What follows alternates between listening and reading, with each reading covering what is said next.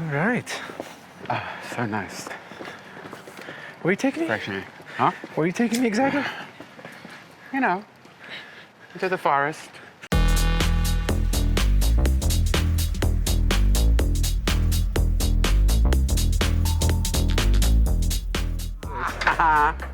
Don't mess with the Africans. That's what I found. It's worth money around here. So, Aubrey, Yeah. what do you think you're known for in the industry?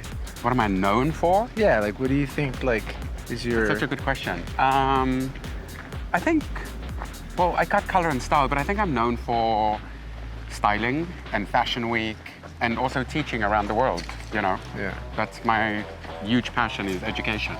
Every time I open up my Facebook, I feel like you're on an airport or some backstage fashion show. So I love traveling and I love teaching. Absolutely. What about you, Manny?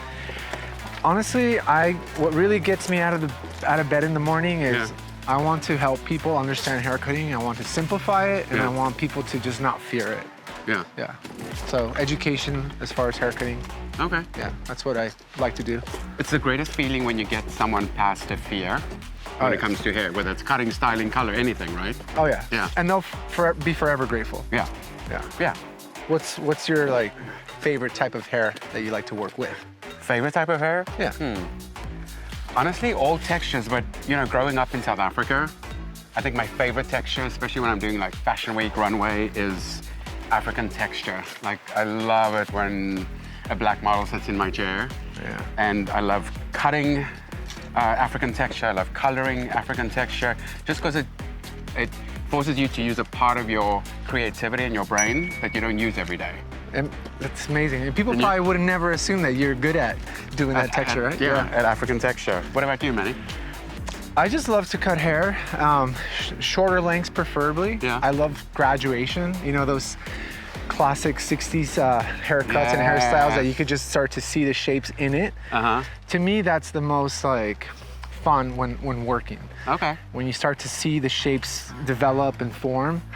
Well, it's like sculpting, right? It's exactly what it is. You chisel away and then your shape's there. Yes, yeah. That's awesome. And anything above the shoulders, Yeah. I'm all about it. Okay. Yeah. Very cool. Yeah. Are you following any hair trends currently for haircuts? You know what, Aubrey? I never really did. Okay. You know, I always go with what is good for that moment. Like if I'm working with a specific model for a specific show, it's never what's trending, it's mostly what's gonna work. Right. And I think that's what a lot of people don't understand. It's like, we're offering a service. Yeah. You know, it's, at the end of it, is it gonna work for that specific model or client, you know? That's sitting in your chair. Yeah, True. that's just my opinion. And trends these days are like 30, you know, one day, 30 seconds, something else is happening, especially with social media. Exactly. So it's hard to follow a trend. Even in Fashion Week, my experience is, you know, from season to season, which is like 6 months apart, it changes completely. Right. So, yeah, I think trends right now are very different than what they used to be. So are attention spans. Exactly. Besides like fashion shows, besides what's out in the streets, like where else do you draw inspiration for your work? Honestly, I get asked this all the time, and I would say travel.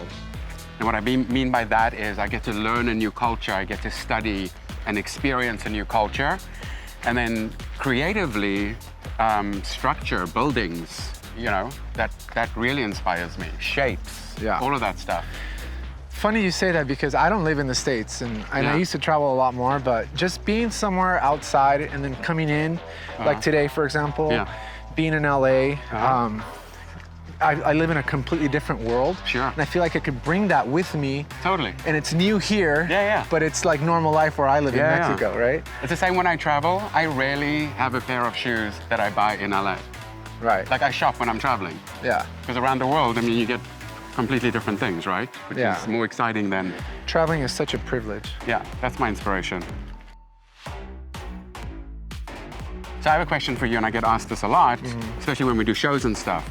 Like, what advice would you have for someone, especially now, that wants to grow their chair, that wants to be more successful at growing their chair? Like grow their business? Yeah. Well, consistency is key in anything. And I think that in order to grow something, you got to be there every day. You got to nurture it. 100%. Yeah. Nurturing in this case means taking care of your clients, customer service, rebooking, and always giving it your best. If you're gonna do something, just do it the best way possible, and make sure that client wants to come back. And that's just gonna keep you busy, and it's gonna fill up those empty spaces in your books. You know, you touched on customer service. That's a big one, and that's the advice I give people. And it's not just customer service, that you're friendly and not that kind of customer service, but in our industry where you actually connect with people. You know what I mean? Yeah. For me, that's been the success of my chair. I've been in LA for 28 years and still have clients from the moment I landed in LA. Because I actually care about them and I remember the stories they tell me. Yeah. You know, so it goes beyond customer service, I think. Oh yeah. You become part of their family. Totally. Right? They look forward to it. It's like one conversation that never stops. It's just there's little breaks of 4, 5, 6 weeks in between. Yeah. And that's where you want to be as a successful hairdresser. Yeah, and I think we're on the same page. That's what I would advise someone. I got a question for you. Yeah? Where are we? Well, on the border of Africa and Zimbabwe. Yeah. Where I'm from, South Africa and my Zimbabwe. Car nearby? Because we're definitely not in LA. No. And, you know, should there be a lion, I know how to ride one. Okay. You know how many people have asked me, growing up in South Africa, like, did you ride a lion to school or an elephant? Yeah, I think I was one of them, though. Shh, don't say that out loud. I don't want to embarrass you.